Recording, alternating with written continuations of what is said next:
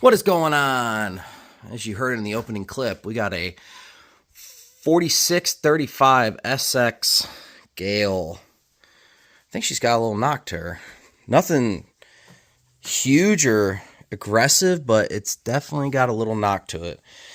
So I bought it off somebody, and it's been sitting for a couple of months because I've had some other home improvement projects I've been working on, but they claim they replaced this cooling oil hose, and right after they replaced it, it started knocking. So engine, or the hour meter's got 3,900 hours on it. I mean, overall, it's in decent shape.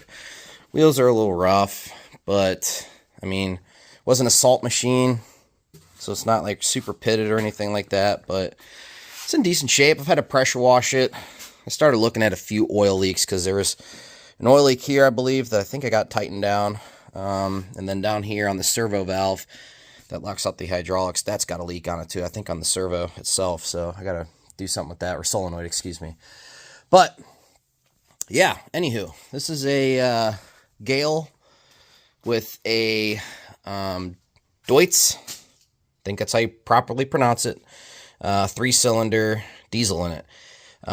What makes these a little bit unique is that they're oil cooled. So as I was saying, that oil cooling line is pretty important, and I guess it was leaking before and they replaced it, and that's when the knocking started occurring, so they say.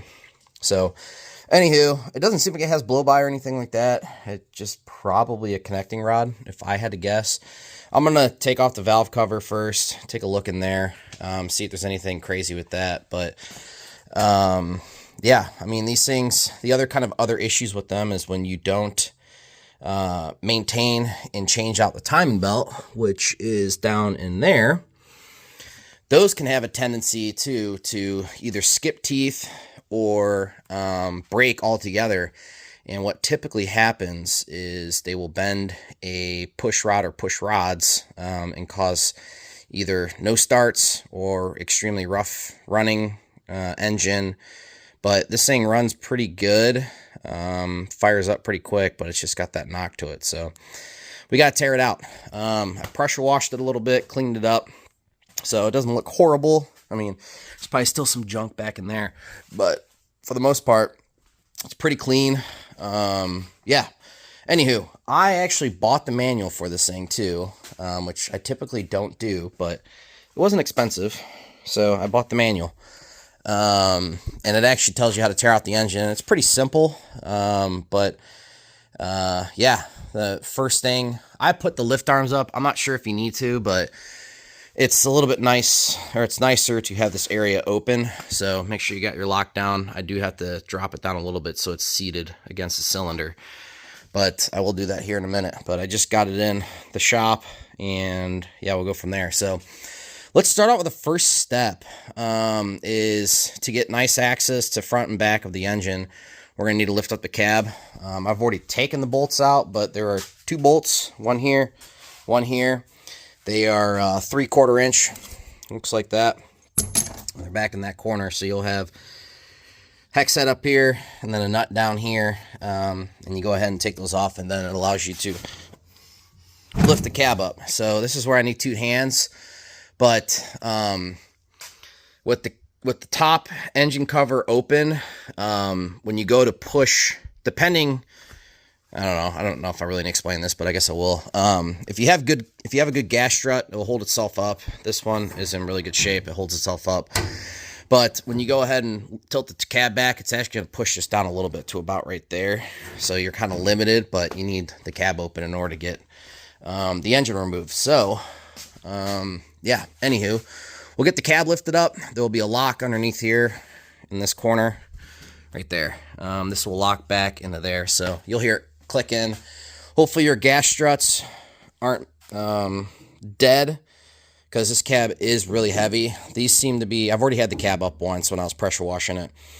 I don't think these are in good working order, so it is pretty heavy, so just be careful as you're pushing it up, but we'll get to it. All right, so we got the cab up. Pretty simple. There's the lock, the red handle. Like I said, it kind of locks itself in there with the spring load, assuming your spring still works. But just to make sure you're safe, just give it a couple of yanks, and if it's not coming down, you're okay to go. But we're here to get this thing pulled out. So there's quite a few things that are in the way. Without opening the manual, I read it once when I first got it like 2 months ago, and I kind of forget what's the step-by-step process, but typically I just kind of dive into these things. Kind of do a quick overview of what we should probably start working on first. Look at all the kind of big components that are above the engine. We got a muffler, we got an air cleaner assembly. Definitely need to get rid of the battery, and let's start with that, and potentially maybe a few other little doodads, and I'll review those. But what I think might be helpful, maybe we'll do the step-by-step process just so we follow the instructions, but I don't know. I usually get ahead of myself and don't do that, and I will highlight as we go through it. If I didn't tell you what model engine this is a F3M 1011F, as in Frank? Yep. So I think they say it's a BF3M, but according to the tag, it's F3M 1011F. Yeah, they've used this motor in quite a few different things, and good thing is if we need a crank, we can get those turned, but a lot of times I'm a little impatient, and I priced out a new crankshaft and it wasn't terrible, so might go that route. And then if it's a connecting rod, depending on how bad it is, might need a new connecting rod, definitely new bearings. This is a sleeved engine, so that's kind of nice. So we can put new sleeves in it, new rings. The pistons are jacked up, maybe new pistons too, but we're going to try to give it the works and whatnot. But yeah, I mean, everything mechanically seems to work all right. There is a little bit of creep. You kind of have to get this thing centered up. I think one of these centering gas struts is bad and not centering it. I don't like that because like when you let go of the handle, it should just stop on its own, but it does creep a little bit depending on where you're at. It might go left, might go right, might go straight, don't know. But yeah, let me go get the manual just so that we can follow step by step, and we'll go from there. But we're going to get this thing. This will be probably over a couple days because I can only work on it an hour here, hour there, and we'll get it pulled out. But come follow along and have a fun time with me.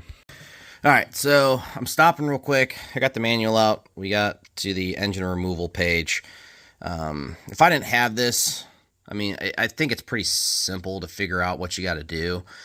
But I want to stop myself before I even start getting into the engine pull out, because by some miracle, we might not need to remove the engine, and potentially it's up in the valve train. I haven't ran this thing a whole lot. Then try to put my ears close enough to it to see where I'm hearing the engine knocking coming from. It sounds like a connecting rod, and I obviously bought it with the intention of having to pull this engine out, but just by some miracle, maybe it's up in the top end, fingers crossed. And this valve cover is pretty easy to take off. You just got a bunch of 10 millimeters around. One there, all the way across. So the only kind of finagly thing that we'll have to do is these return fuel lines, since they're got little holders for them inside the valve cover. You have to just be mindful of those and just pull them out that way. But what we'll do is we'll take off the valve cover itself. I might need to move that over. And yeah, anywho, take that off and see if we notice any rockers that are loose. But let me get that zipped off, and I'll bring you back, and we'll take a look at the top end, and maybe there's a smoking gun. Valve cover is off. Should have warned you before doing that. Like I try to do with a lot of these machines is clean up the area before you start removing internal or covers that give you access to the internal of the engine, just so you don't get crap inside of there. And yeah, just keep things clean. But anywho, there's definitely some play in the valves. That one's got some play. That one does. So some of these might be in compression right now, but like that rear one got some play, and yada yada yada. So I don't think that is our culprit. Nothing smoking. I did hook up a kind of engine switch so I can press the trigger and run the engine. So for giggles, I'm going to fire it up. I have the locks on, but I advise if you do this, you have this thing on blocks. Don't do what I'm going to do and leave it on the ground, but have it on blocks so it doesn't run away from you. But turn the key on, I'll fire it up.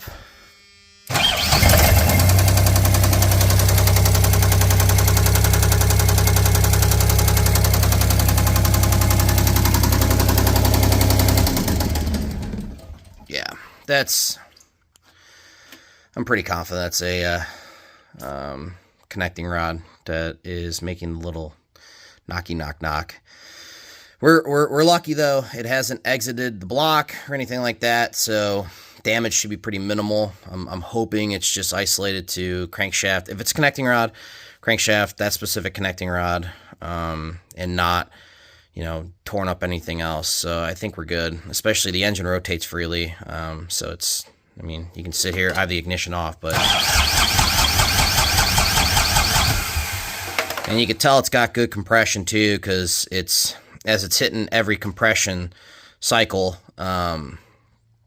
it's very consistent on the load to the starter. So it's if you wah wah wah wah wah wah wah wah wah, then when you have that higher pitch where it seems like the starter's not working as hard because it's not pushing against so much compression, you probably are going to have low compression, and that's a pretty advisable thing. When you're going to start up a piece of used equipment that you're looking at, if there's a way of disconnecting because running compression tests on diesels takes a little bit of time. And so if you can turn off the fuel but cycle the key, if you can listen to it turning over with the starter, you can try to listen to it and see if it's consistent. If it has a little bit of, variability through the frequency of it, then you definitely probably have low compression on a cylinder, and that's just not a healthy engine. This one sounds pretty healthy, minus the connecting rod, of course, but we're going to rebuild this thing anyway. So that's right there, pretty confirming. I'm probably going to drain the oil too at some point here in a minute, but I'm very confident it's connecting rod. I'm going to go ahead and just get this loosely put back on top, protect anything from getting inside of there, and let's start tearing into it. Real quick. First couple steps, it says to drain the oil, hydraulic oil, and drain the fuel. I don't understand why you need to drain the fuel. If you're not aware, your reservoirs for your hydraulic is in the right back arm, and for the fuel in the left back arm. Both of the takeoff, the supply sides for each one is on the bottom of them. So the oil I can understand, because the heat exchanger back there is a two-sided heat exchanger. One side's for your hydraulic oil and the other side's for your engine oil. So you got to disconnect both sides. So you got two lines on this side, two lines on that side. You got to disconnect those. So that's going to get pretty oily and messy. So you either have a pan underneath you or a bunch of oil dry. I have a lot of oil dry, so just go that route. But yeah, for the hydraulic oil, I can see why you need to empty it. But for the fuel, we have hose clamps. We'll put those on the hoses, and we're not going to worry about draining the fuel. And to highlight where the fuel and the oil get drained, step down.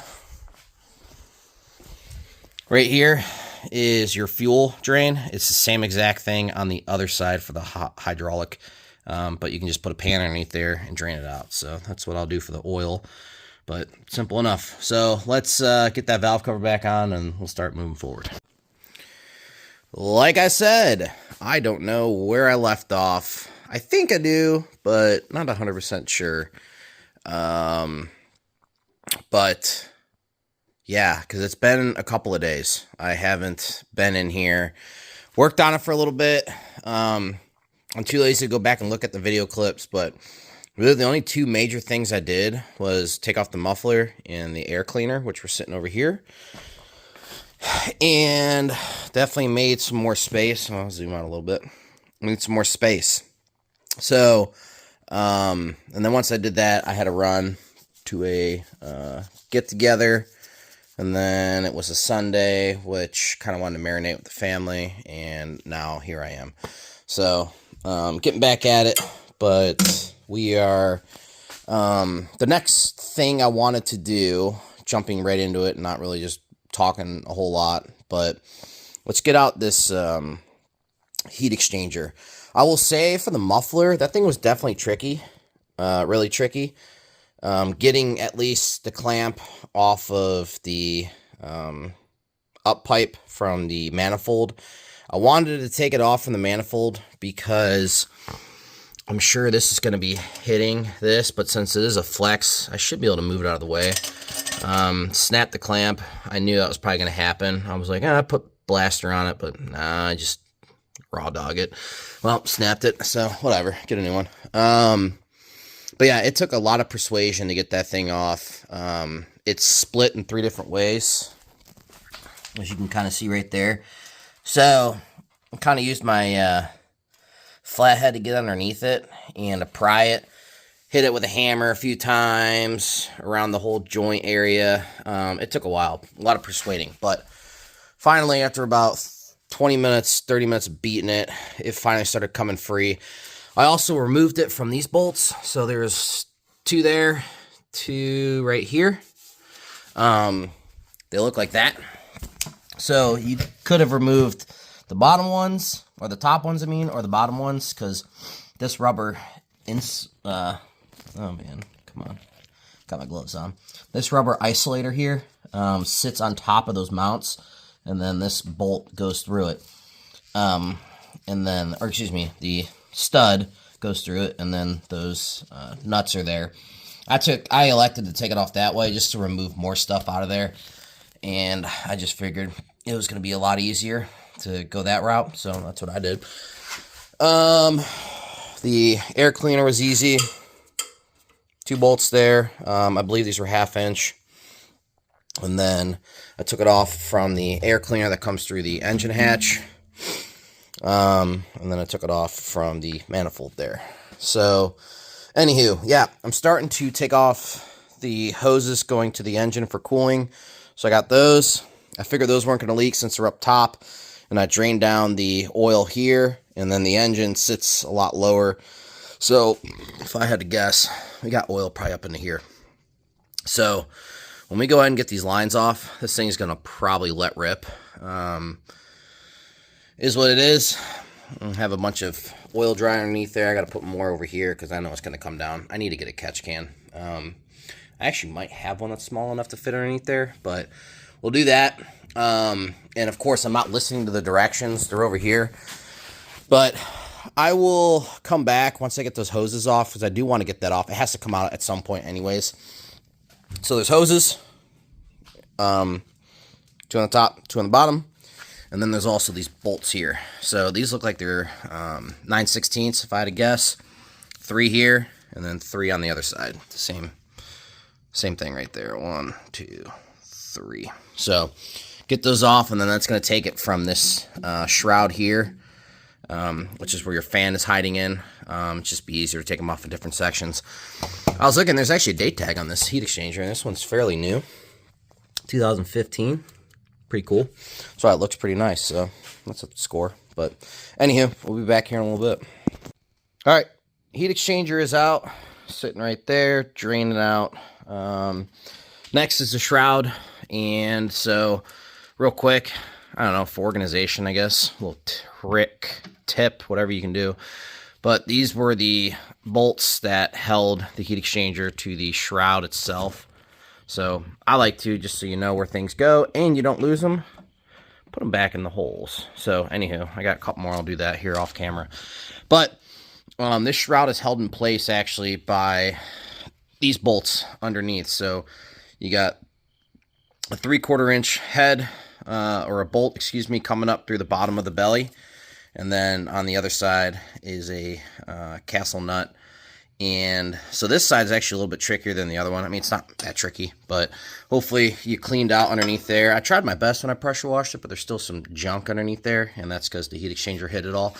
But just a box end, I put that in there like so, got it around the head, and then I zipped it with my gun from underneath. Did it on both sides. This side is a lot more accessible, as you can see. Hopefully you can. but there's the 2 right there, 1, 2. So you just got to hold those and then unbolt them there, and then this thing will come off.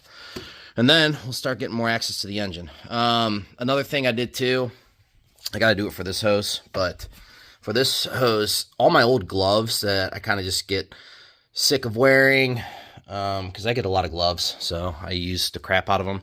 But I'll just wrap them around like so, and then put a zip tie on them so you don't get any crap in there. And these are pretty heavy-duty nitrile gloves. Keeps them, clean and doesn't allow debris inside of them. So, little trick for your hoses too.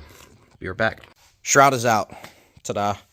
So, I was recording a video explaining about what the next steps are.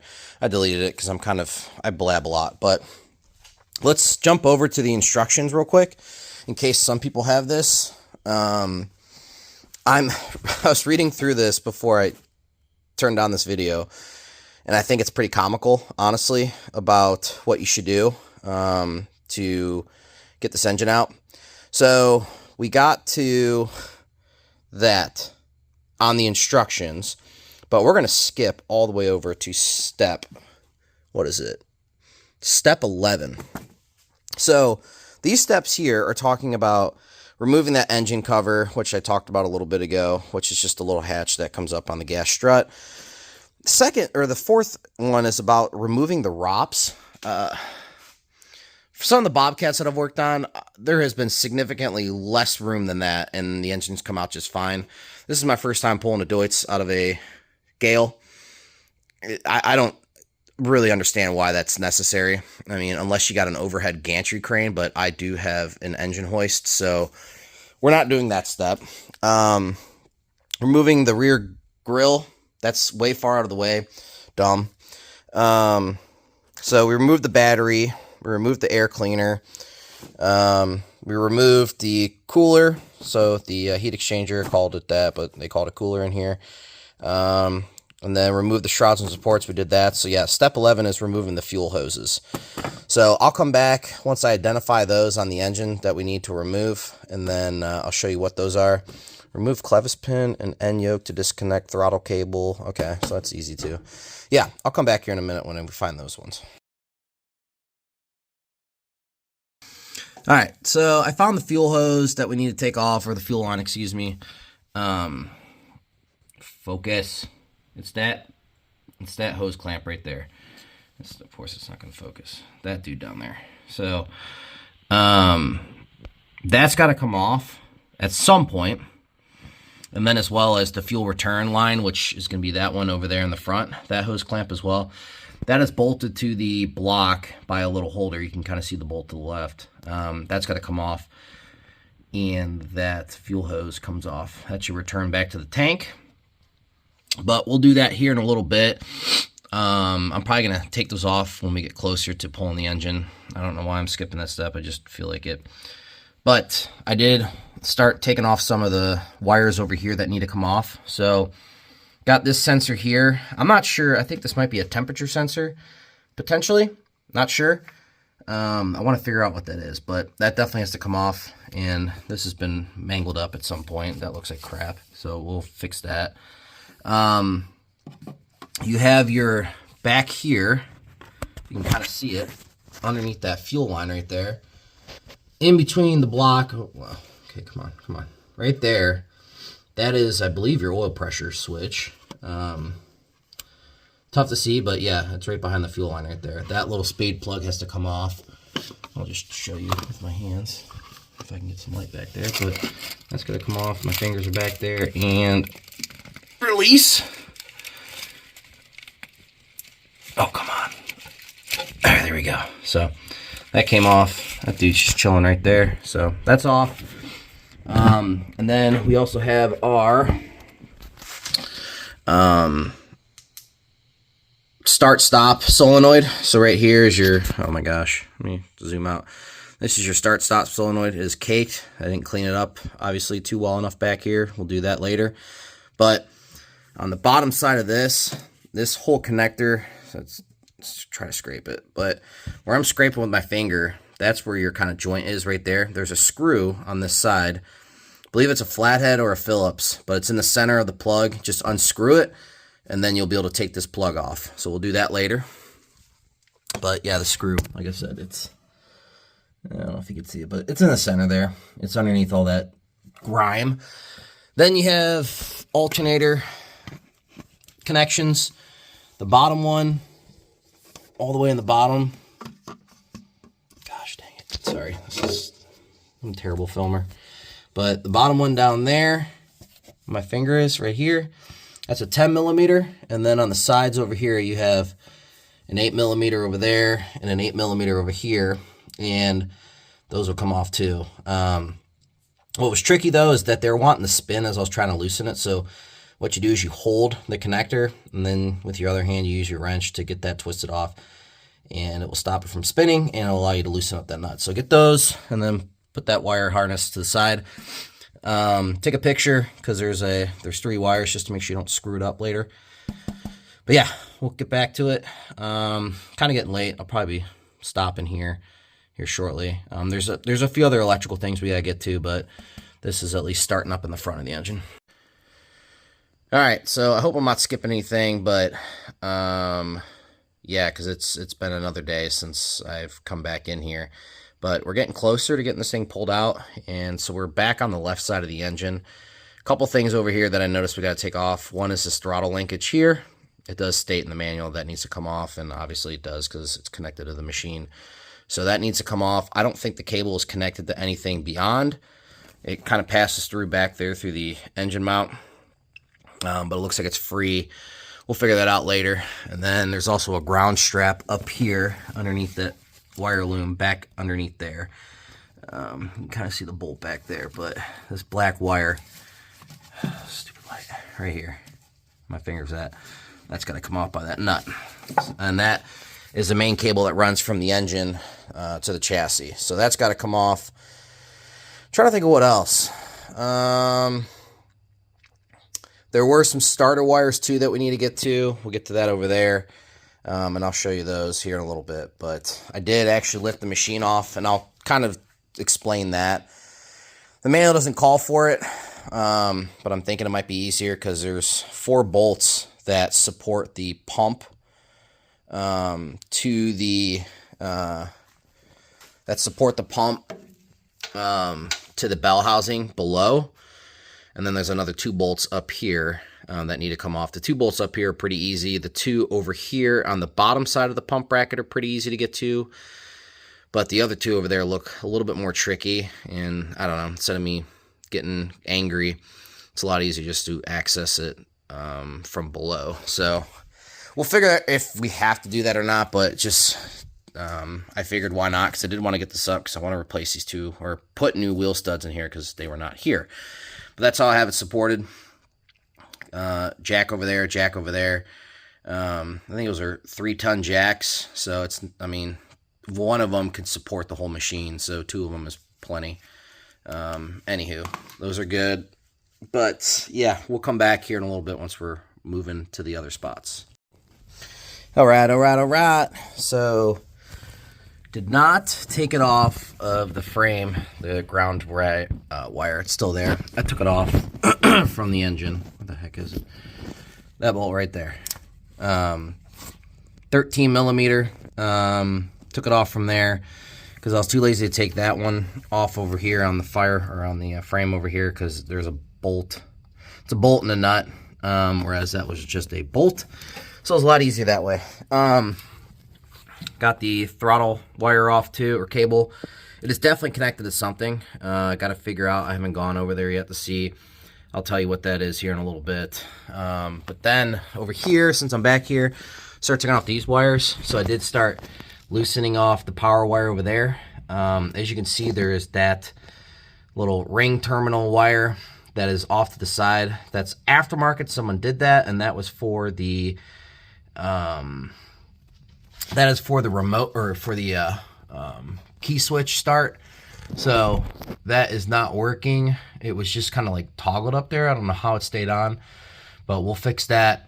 So I did start taking off that main bolt down there, which is the main power wire from the battery, and then the main wire for the machine itself. That's a 13 millimeter there as well. So I'm going to take that off. And then up here, we got to take off the, not a glow plug, it's some type of heater, not a grid heater, but coil heater, whatever. That's for your pre-start. That looks like that's an 8 millimeter up there, and we'll take that wire off too. All right, so I jumped ahead a little bit. Got the belly pan off. So this machine should have 2 of them, one back there and one up here, but it only came with 1. So that's sweet. Might try to find another one, but the odds of that occurring will be slim to none. At least it's got 1. But anywho, the belly pan is secured with just 2 bolts, one there and then one all the way on the other side, which is fallen and underneath this pan right now. It's just gonna be the 2 exterior ones, that one, and then the furthest one out there. The front will drop down, and then the back of it is retained by these little tabs, just one on each side. So it holds up in the rails through here. So what you have to do is once it drops down, you pull it to one side, and then it will fall out, and then you just pull it, and the other side will fall down. So, anywho, I wanted to get this off because I wanted to clean this up, because this is just nasty. It's a hazard. If your machines aren't kept clean, stuff like this can catch on fire, and that's when you lose a machine. So, clean it up, keep things clean. But I guess while I'm down here, I can highlight the pump support bracket, which are those 2 bolts right there. Oh yeah, real quick, those are 11/16 before I forget. But they're right there. So there's the pump support bolts right there, 2 right there. Come on, focus, you son of a gun. Yeah, you see them. 2 right there, and then 2 on the other side. A lot easier to access underneath here than up top. But anywho, throttle cable looks a little rough. Might look at getting a new one too, because yeah, that looks like crap. So anywho, we'll keep going from here. I think while I'm down here, maybe clean up a little bit, maybe just wait till the engine's out, who knows. But we're very close to getting ready to pull the engine. I'm trying to think of what's really next. Getting those bolts off will be key, but we also need to support the pump because I don't think anything else is supporting the pump. So let's take a step back. I'll get back to you when I think about the next step forward. All right, I think I'm in the same spot as I was last time. Started to, I guess, take off these pump support bolts up there. I'll show them before. You can kind of see the hole of the one that's missing now, right there. My finger won't focus because all this stuff is in the way. Focus, come on. So it's up there. That one that's missing, so the bottom 2 are a 5/8. The top one is a 3/4, just FYI. So you got 2 5/8, 2 3/4. What I did do before I started doing that, I ran a ratchet strap there. I got it hooked up there, one on each side. So it says to support it. So I have a feeling this thing will be flopping in the wind once we get it. Not when this is unbolted here, but I just don't want to be working on my back anymore because I don't really like being underneath here, even though it's supported. I just don't.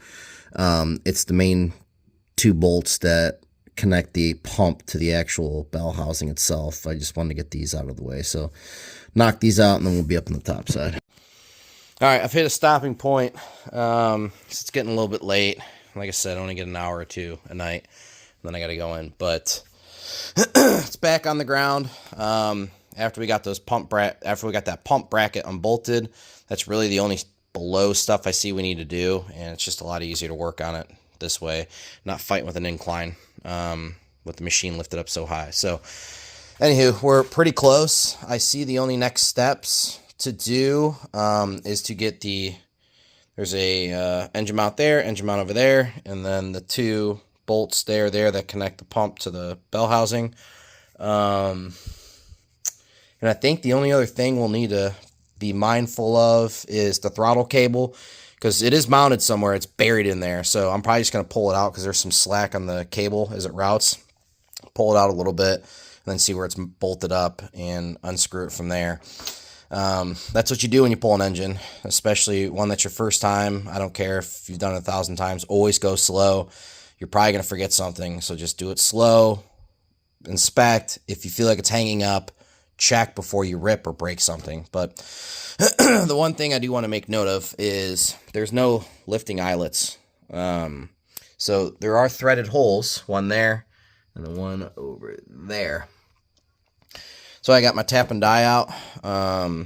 Those are M12 by 1.5 threads. So I'm probably going to get a bolt and weld an eyelet, because I doubt I can find an eyelet for it in as quick of time as I'd like to. So I'll just go that route. I mean, this thing's only going to weigh maybe 400 pounds maybe. So it'll be plenty. Yeah. So definitely take note of that. M12 by 1.5. You'll need those so you have a good securing point. But we'll catch you. I hope to get to it tomorrow. We'll see. It's kind of the beauty is I'm in no rush, so just do it at my own pace. But we'll see you here in a little bit. A couple days later, forgot where we left off, but I think we're starting where I left off. We're going to get ready to pull because if I remember correctly, we only had 4 more bolts to get loose, 2 engine and 2 of the pump bolts. So as you can see, I'm backing out the one on the one side of the pump bolt. That's easiest to get to. That side we got the valve body in the way, so be a lot of fun. But that is a 3/4 inch. That's about as far as I can get it, and we're starting to hit the back of the pump. So I think we're going to have to get some space between the engine or the bell housing and the pump to get it all backed out. But man, that thing is tight. Probably going to chase the threads when we go to put it back together later on. But start doing that one. I'm going to go over on that side. I'll let you know how much fun that is later. And then we'll get the engine hoist in place. And yeah, you're going to laugh at my apparatus because I forgot to get the lifting bolts that I told that I explicitly talked about in the last video. So we're going to use my good old trusty strap, ratcheting straps that I've used successfully a lot of times. There's some good hookup points, so if you can't get a bolt, we'll figure it out with a ratchet strap. All right, so I got the pump bolts out, and I also got the engine mounts done. 15/16 on each side, and it's a bolt. The nut's on top, and the bolt comes from the bottom. So a little tricky. You got to get a extension with a 15/16 to come underneath the mount. There's the bolt right there. To come from underneath it to hold it. Then I use my impact gun. Those things are on tight. I mean, rigid's okay. I don't know. I've been using them for a while, and I got the biggest one they got, and it took a lot of persuasion to finally get that one free, but it came free. So yeah, I got both sides done. You can see that one over there too, done. And she is free floating on the cherry picker. I'm not advising this lifting strategy. I got it hooked around the front housing there and up underneath the cylinder head. I don't like it at all, but we're starting to get a little crack right there between the pump and the bell housing. So I'm going to get my pry bar in there, wiggle it, push it through. And she should come out pretty easy. And again, take your time when you're pulling. Things are going to move, and you may have forgotten some things, like I'm pretty sure I have, and you want to go slow so you don't break anything. I know I got fuel hoses and stuff I got to deal with. I've just remembered that, so it'll be a slow process getting this out, but we'll get it out here sooner or later. All right, be right back. Bummer, I didn't get any really video I should have, but you can see we got it separated pretty good. Definitely very slow, methodical. There's probably one thing that might make life a little bit easier. It doesn't really tell you to do it, but remove that hose, because it basically, when the engine's sitting where it is, or where it's supposed to be, it's right in front of the oil pan. And it's a pretty thick hose, like a 1-inch. So you got to get it up over it, but the engine mounts are basically bottom mount where they mount to the frame over there. So, yeah, I mean, I was able to make it work, but it was a lot of finagling, and I mean, there's no sharp edges, so I don't think I damaged the hose because that's probably a really expensive hose to replace. But we'll definitely give that hose a once over and make sure it's not nicked or anything like that. But yeah, definitely look out for that. And then I'm slowly pulling it and just making sure I didn't forget anything. Like I told you guys, but forgot to take off the connector for that. Noticed it was kind of getting hung up. Oh yeah, the other thing too is the engine oil hose back there where that connects to. Kind of goes down here, and is that one that comes on the bottom of the heat exchanger. Just because the way it's routed behind the battery tray, I did take it off over there, and it's just easier instead of trying to manhandle it. That's just a quick fitting. But yeah, I mean we're almost there, getting this thing pulled out. So a few more things. I just did the return hose. I gotta do the supply hose, and then she should be coming out.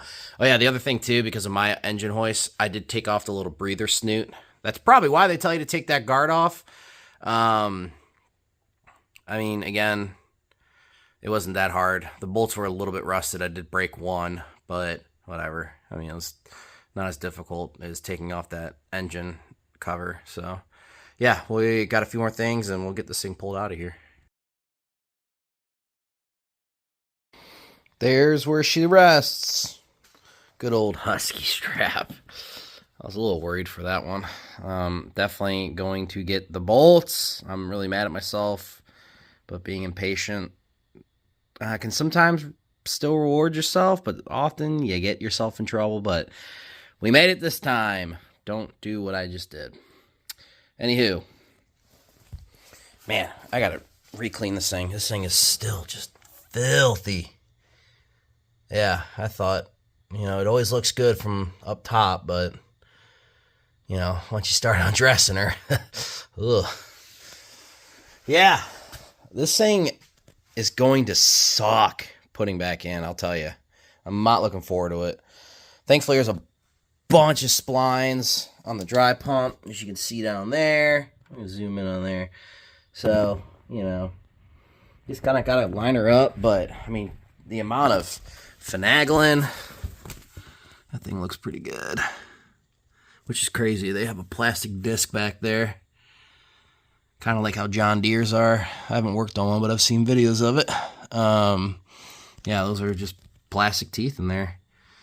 I guess it keeps your, I don't know. I guess it destroys itself before you destroy something else. Don't know, but crazy. So this is where we start tearing it down. That bucket over there, I put a bunch of oil in it.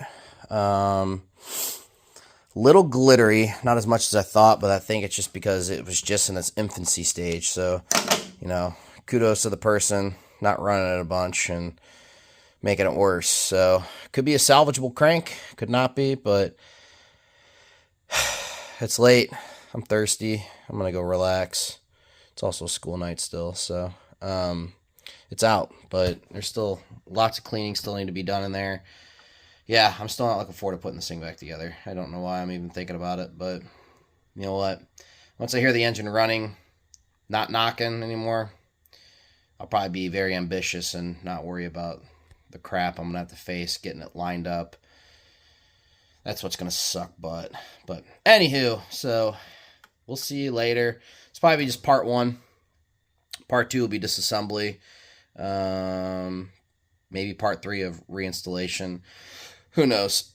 Oh, I'll probably just tell you just to reverse the video because I'm still trying to figure out if I like doing these or not, but whatever. Have a great night.